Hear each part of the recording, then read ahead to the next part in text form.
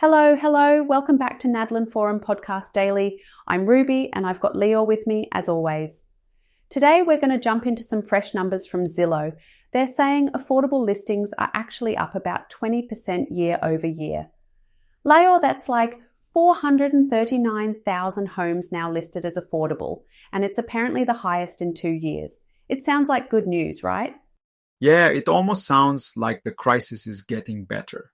But, when you dig a little deeper, it's not so rosy. Only about a third of homes on the market are really affordable for households making the median income. So inventory is up, sure, but most buyers still feel like they're chasing something out of reach.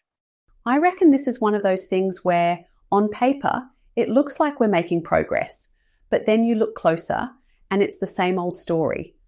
You know, it reminds me when I tried to rent my first apartment in Melbourne, I thought, yeah, I'll find something quick. But suddenly, every listing I could stomach was either snapped up or it turned out affordable meant a shoebox with no windows. Sounds awfully familiar to what Americans are facing now, even with more listings out there. Absolutely.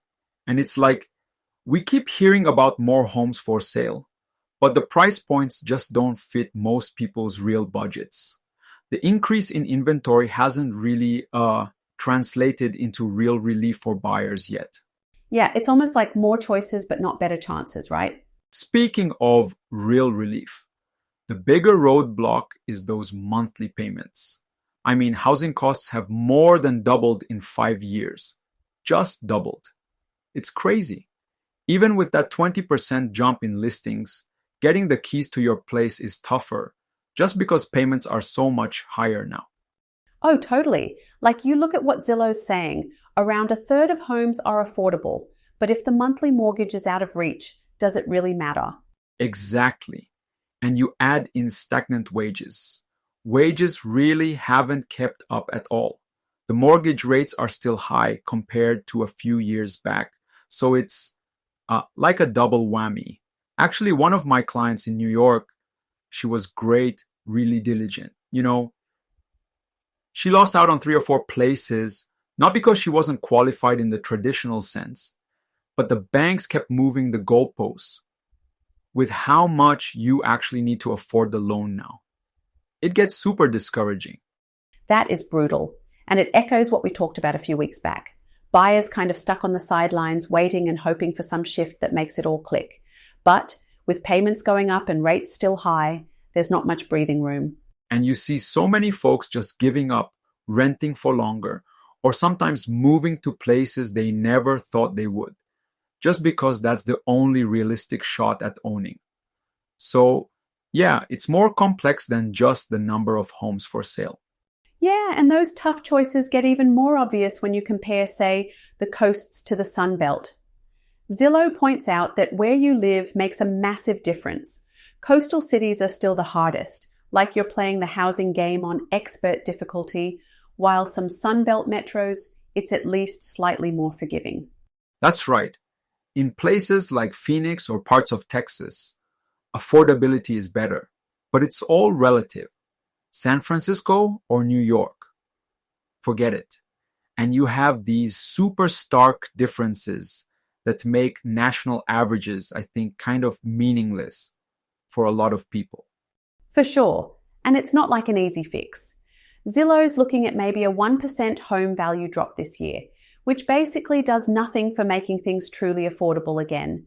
They say you'd need, an 18% price drop or way lower mortgage rates, both of which feel pretty unlikely unless there's a big economic shakeup. Yeah, so really the only sustainable fix is what we've been hearing for ages. Add more supply. We're short nearly 5 million homes. So unless we get serious about permitting, more construction, and maybe even changing zoning to allow for more density, we're just going to keep spinning our wheels. Like, as we discussed when we looked at regulatory reform and red tape a couple episodes back.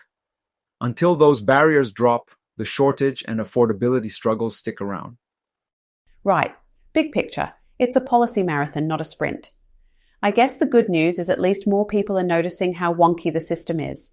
But it's like We keep patching the leaky roof instead of actually fixing it. That's the challenge. So, until we see movement on the big stuff, permits, construction, zoning, most folks will still be stuck playing musical chairs. But hey, we'll keep digging into these stories, and maybe the path forward gets a little clearer each week. Fingers crossed. All right, that's us for today on Nadlin Forum Podcast Daily. Thanks for hanging out, Lior, and everyone listening in. We'll be back soon with more, maybe hopefully someday, with some better news. Lior, you sticking around for next time? Of course, Ruby, always a pleasure. See you next time. Bye, everyone. Keep asking the tough questions out there. Catch you all soon. Bye.